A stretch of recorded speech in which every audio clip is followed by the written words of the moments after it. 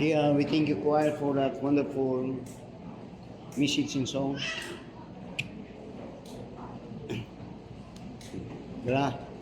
Grahon mo ko sa mga antipara. Pero na akong antipara niya, brad.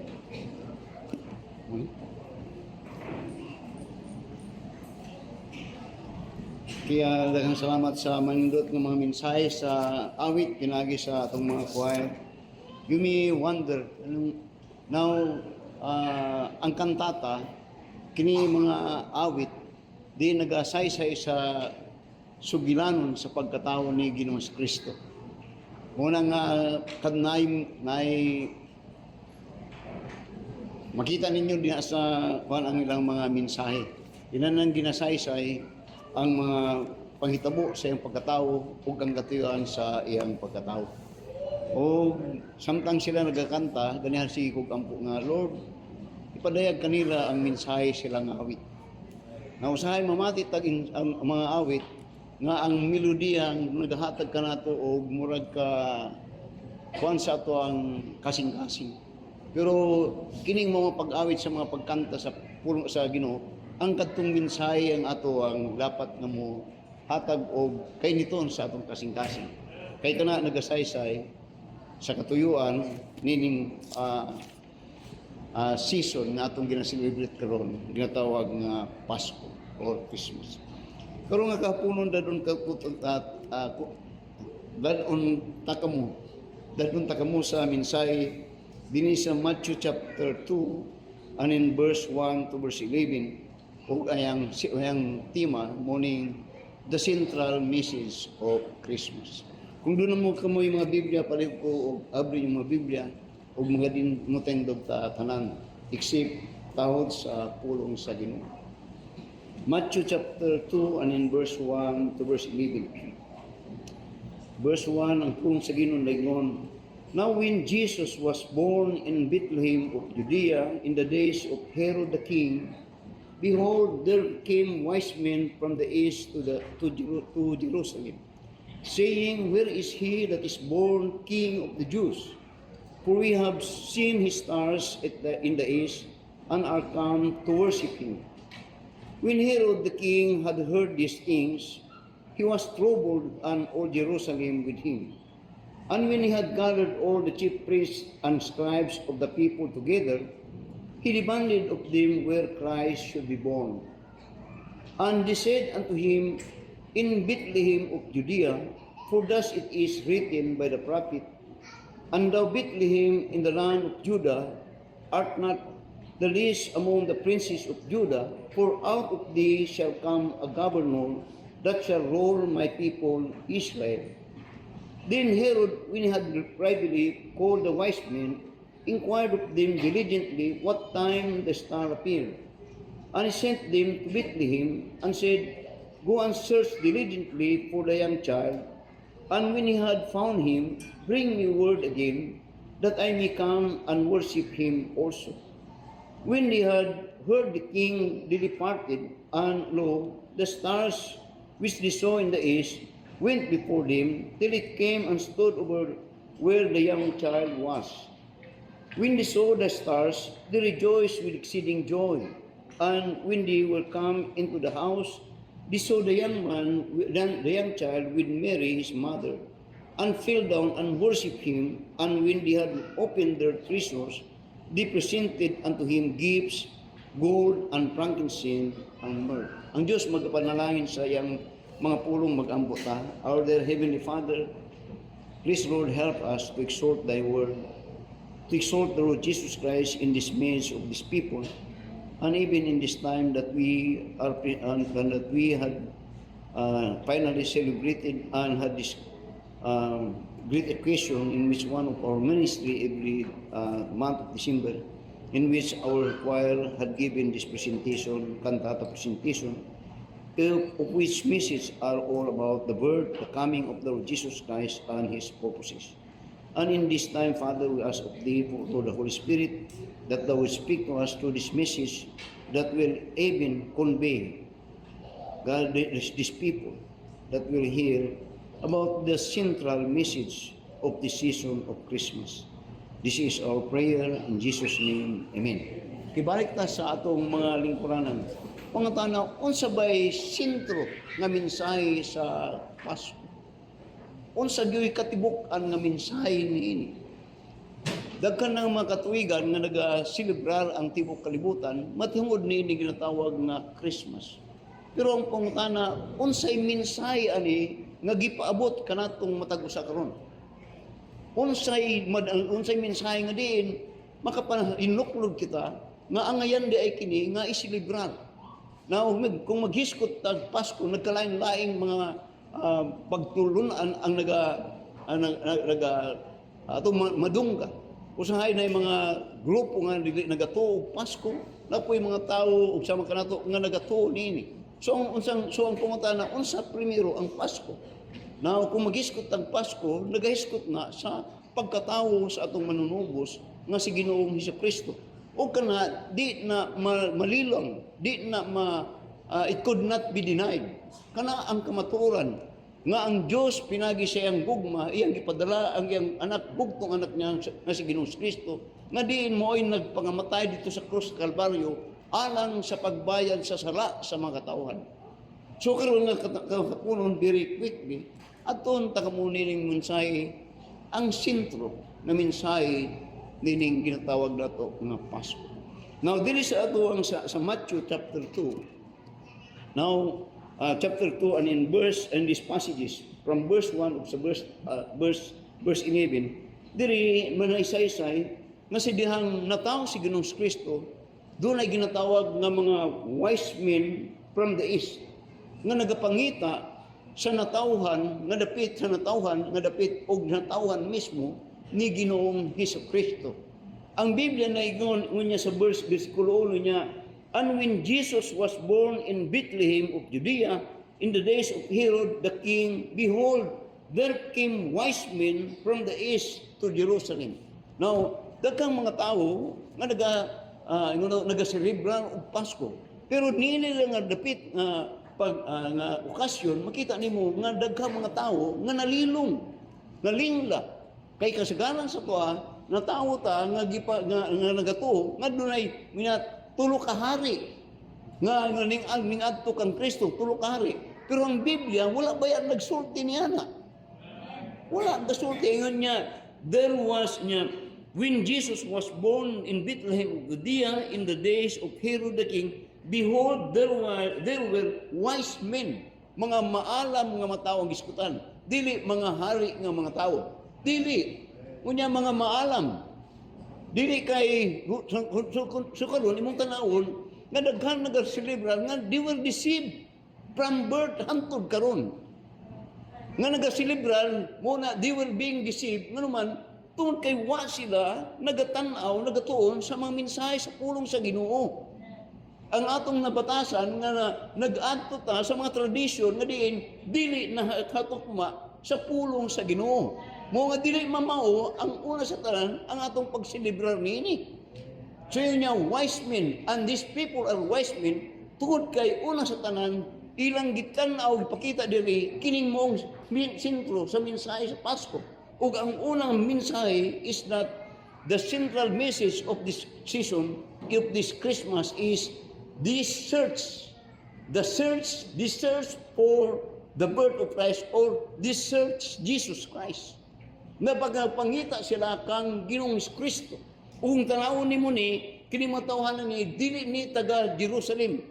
Kini matawhan ni matod pa sa sugalanon ni history tells us nga kini gikan sa Iraq nga dapit. Og ning andi traveled for history says for 6 months.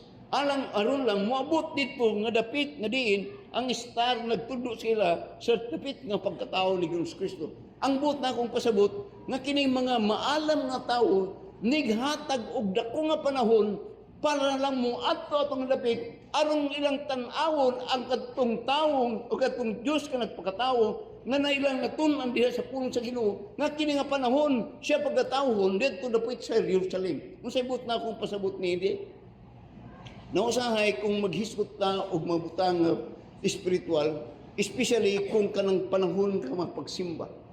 Usahay, naalang dool sa ato atong simbahan, pero wala tay panahon nga moadto sa simbahan. Usahay, karon nga panahon na mga sakyanan, pero sa panahon nga magsimba, murag wala tay gugma nga moadto sa simbahan alang sa pagdaig sa Ginoo.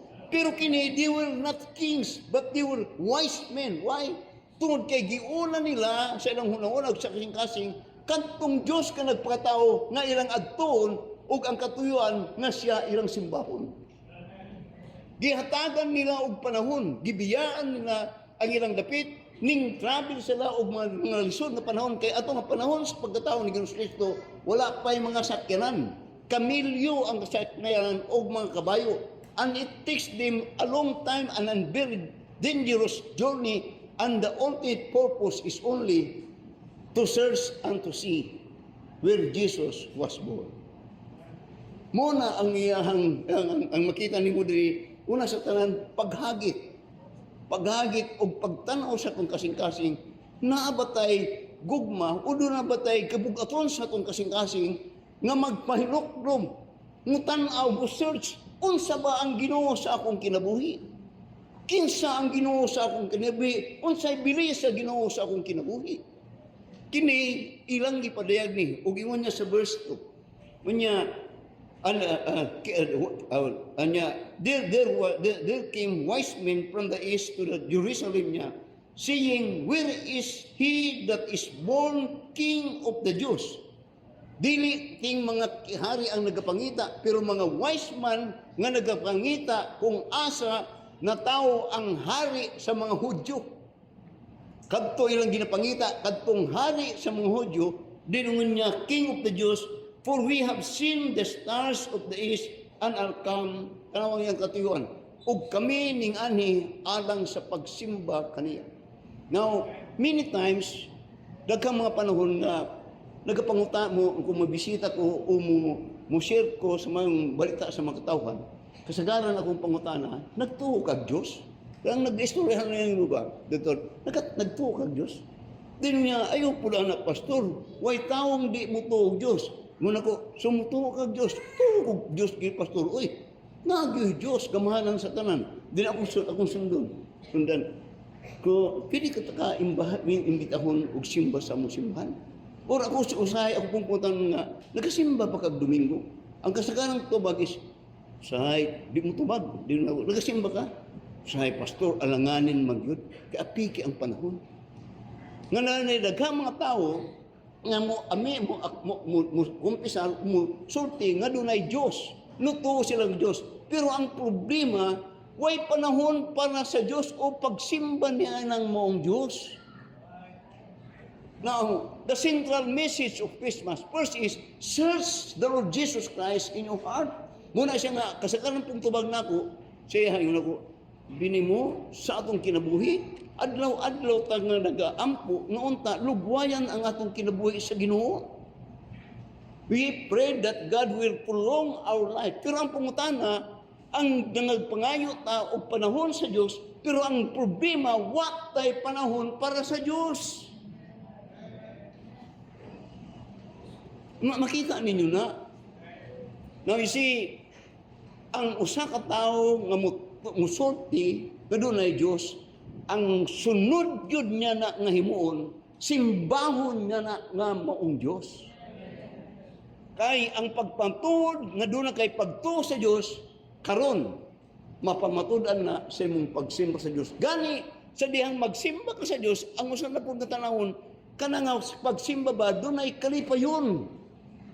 Kaya ang pagsimba sa Ginoo munay pagpadayag sa atong pagdayeg og kalipayon nga ang Ginoo dunay nahimo sa atong kinabuhi. Nga maayo ang Ginoo sa atong kinabuhi. Amen. Oh, I don't want to spoil this Christmas. So karon ningon niya ang tweaking, nagngita sila kang Ginoong Kristo. Ug ang una nilang purpose nga to worship Him.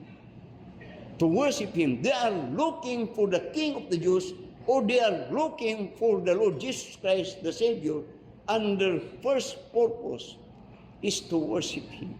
Nga ba na? Now, dagan gani mga tao nga, they worship God.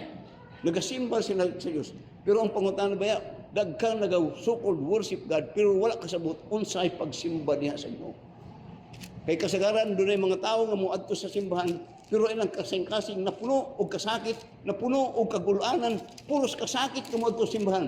Dili ang katuyuan nga moadto tag simbahan mo ay pagdayeg sa Ginoo tungod kay ang Dios nga gamhanan sa tanan naay nahimo sa among kinabuhi.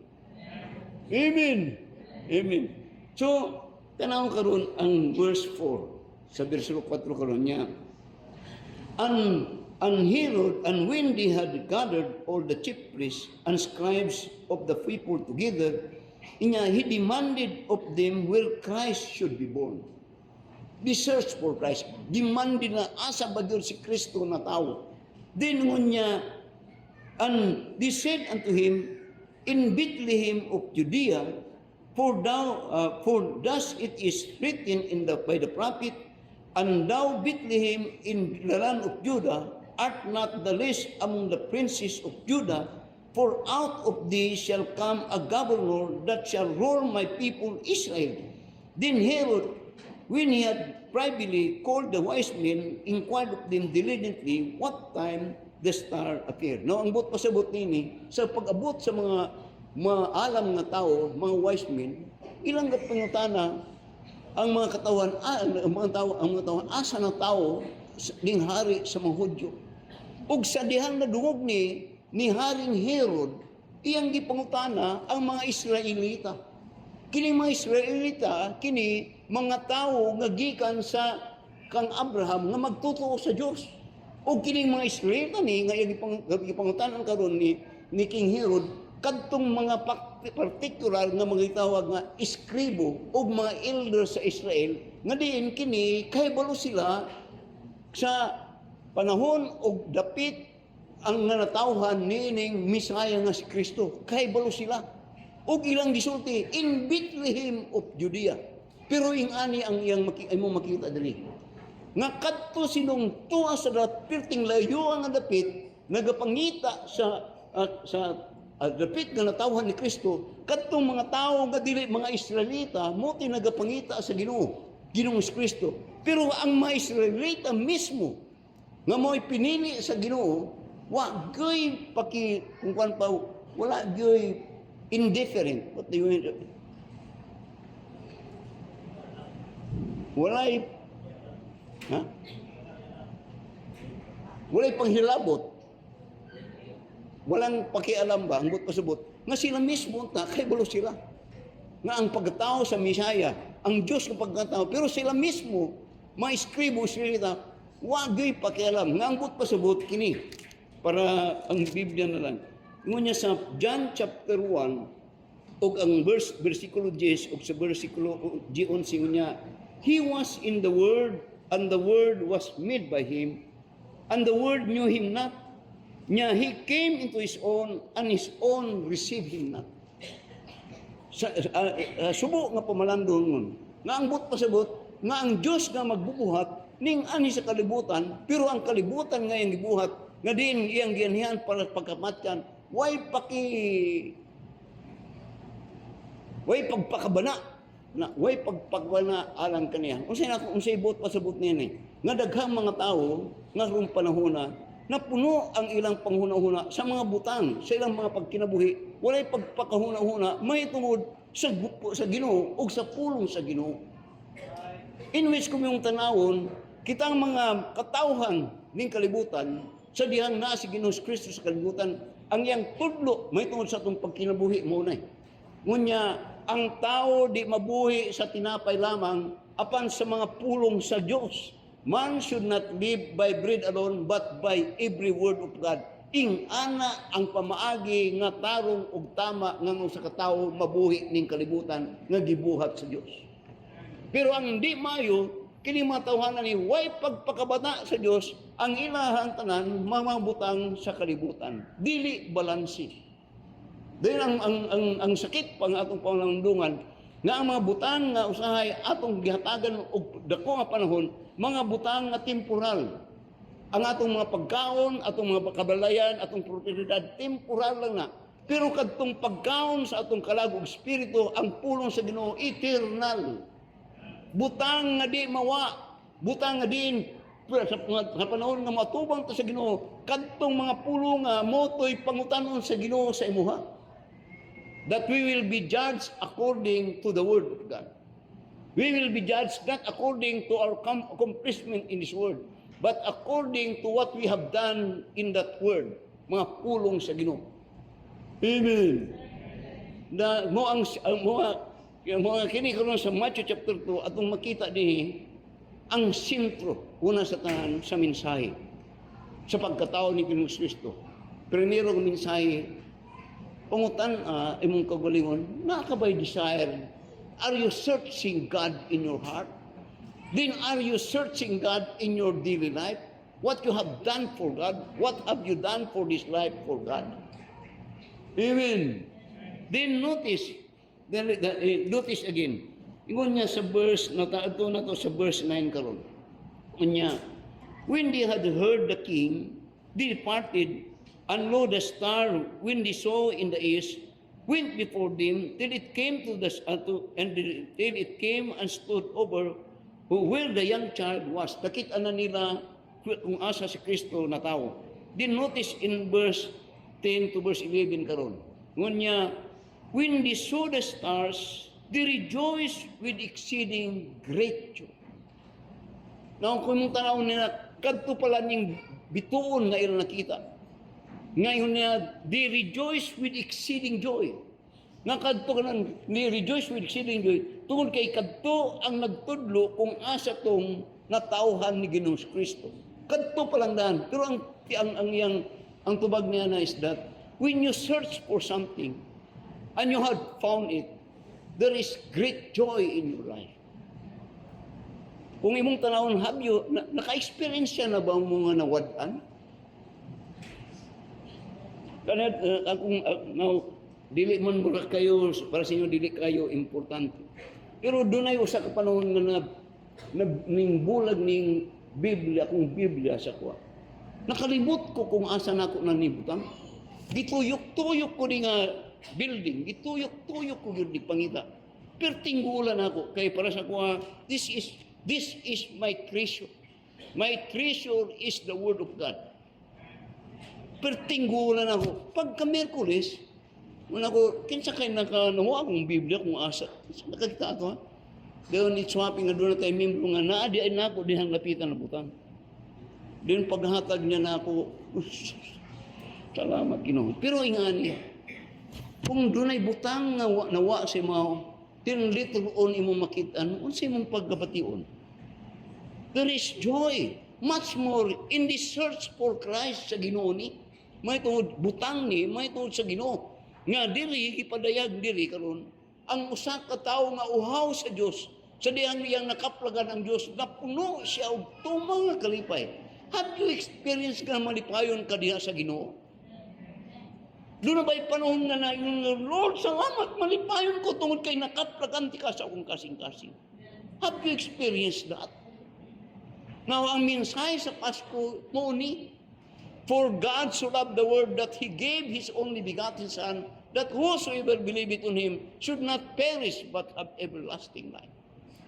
Ang Diyos kay gugma kanino. Ug gusto niya nga matagpo sa kanato, makadawat ng mga gasa. Gasa nga kinabuhi nga katapusan ug kana dinha kang Kristo.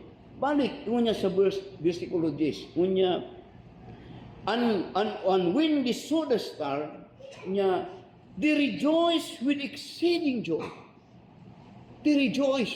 Kay moto ang nagatudlo sila. Dito pa sila sa ilang lutang tawhan. Moto sinyalis na tuwa si Kristo. Sa dirang nakaplagan na to. Kini sigurado na. Sure na ni, mo na ni, makaplagan na, itong dugay na nato ang ginapangandoy, nga atong hikaplagan, moto ang Ginoo, mo si Kristo. Na makasulti ba ta nga hikaplagan nato ang Ginoo? Makasulti ba ta nga ang Diyos, kailako sa Diyos? Nagpaila ang Diyos, ang sa ako, o kana mailhanay mo, pinagi sa iyang pulong. Nautanawa ang naikabo karon sa verse 11. Nya, and when they were come into the house, they saw the young child with Mary, his mother, and fell down and worshiped him. So that ko mong tanawon, dili ang ginasay-say ang pagkatituan, kanang word ng worship, pagsimba, kana direktamento na sa pagsimba sa Dios.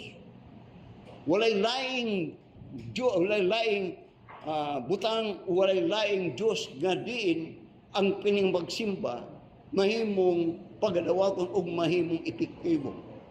Kini ang pagsimba sa tinuod nga Dios. O kini karon na pamatud-an. Ngas bisan si Mary, nga diin usahay na butaan ta nga atong ginasimba si Mary. Pero dinhi makita nimo sa diyang natawo si Kristo, hasta si Mary nagsimba niining Dios nga natawo karon. Mao ni si Kristo. Nga ambot pasabot ang sentro nga message sa Christmas kini. Sentro una, center for our searching. Search in your heart, na ba si Kristo sa atong kasing-kasing? Muna siya nga atong tema karon sa atong kanta tayo niya, born to bring us hope. Born to bring us hope. Natawo si Kristo para paghatag nato og paglaom. Abi ninyo unsa nga paglaom? Paglaom nga dunay manluluwas. Paglaom nga muluwas kanato dinha sa atong mga kasalanan. Paglaom nga kung imong tuohan kini moong Dios nga nagpakatao, nagsakripisyo, namatay, gilansang dito sa cross, namatay og lubong. Kung imo siyang tuohan og dawaton, makabaton ka og kaluwasan. Ang kaluwasan but pasabot kapasayloan sa imong makasalanan. Kaluwasan nga ang but pasabot nga kung imong madawatan ni mamatay ka, maadto kag langit. Muna nga ingon ni Kristo sadang naa siya pa sa kalibutan niya. In John chapter 14 and verses niya, Jesus said, I am the way, the truth, and the life. No man cometh unto the Father but by me. Akong tapuson ang mensahe, mubo nga pinsahe karon, nining mo nga pangutan. Kung mamatay ka karon, sayod ka ba nga na muadto ka og langit? O kung mamatay ka karon, sayod ka ba nga ikaw mismo makasulti nga ako napasaydo na sa akong makasalanan? Na kita tanan makasasala. Apan ang maayo, ang Dios makapasaydo sa atong makasalanan, pinaagi dinha sa atong pagtuo o pagdawat kang Ginoong Hesukristo. O kung imo siyang dawaton, ingon niya sa John 1:1 niya, but as many as receive Him, to them give He power to become the sons of God, even to them that believe on His name.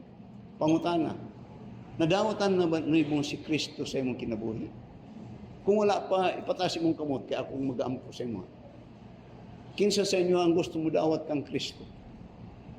Siya ang sentro mensahe sa Pasko. Siya ang gasa nga angay na madawatan nining panahon nga ginatawag nga Pasko. Nadawatan na ba ninyo ang gasa sa Dios, pinagi kang Kristo? Kung wala pa, dawata siya. Kaya ngon sa Biblia, siya lamang ang dalan payon sa langit. Walay laing pagi. Ug kana mabatunan nimo sa imong pagatuhan ug dawaton si Kristo nga imong manluwas. Kita sulstana og mag-ampo ta.